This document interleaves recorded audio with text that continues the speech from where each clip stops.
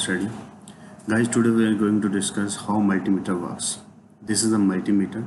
In this multimeter, we can measure voltage, ohms, resistance, frequency, milliamperes, and all these things in only 1 meter. This red wire of multimeter is plus wire and this black wire is negative wire. Now we on this multimeter and we set into voltage. Now in voltage, now this is a DC voltage. I have a power supply of 24 volt DC, so we check its DC voltage. As you can see that here I have 23.9 volt, that means 24 volt. And if I interchange the wires plus and minus, then you will see on multimeter that the value will come in negative. So if I want to check on AC, then I have to convert into AC. You can watch the symbol. I have this series board and this is a 220 supply. Now I am connecting these two wires. In 220 you can interchange wires, no problem. You can see that I am getting 228 voltage. So this is simple method to check voltage in multimeter.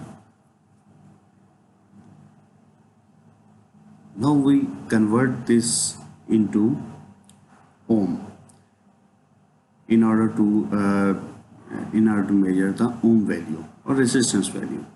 This is a coil of a relay, and this coil has 2 points. Many coils have many ohm values, and this coil has ohm value of 440, 450. This is the normal ohm value of this coil. Now I will connect these two wires to its plus and minus, and then we will see its ohm value. Converting meter into ohm. Now as you can see that auto detection at on mega ohm, but we will see its value by connecting positive negative terminal. I am getting 0.4 mega ohm value, which is okay for this coil.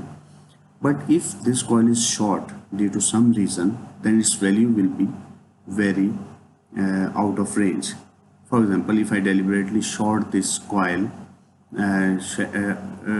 by joining one terminal to positive and one to its body, then you can see that the ohm value is 830, which showing that the coil is not okay. So if your coil is not okay, you can easily check by a multimeter that is your coil is okay or not. As you can see that by 1.2 mega ohm I am getting by shorting this coil.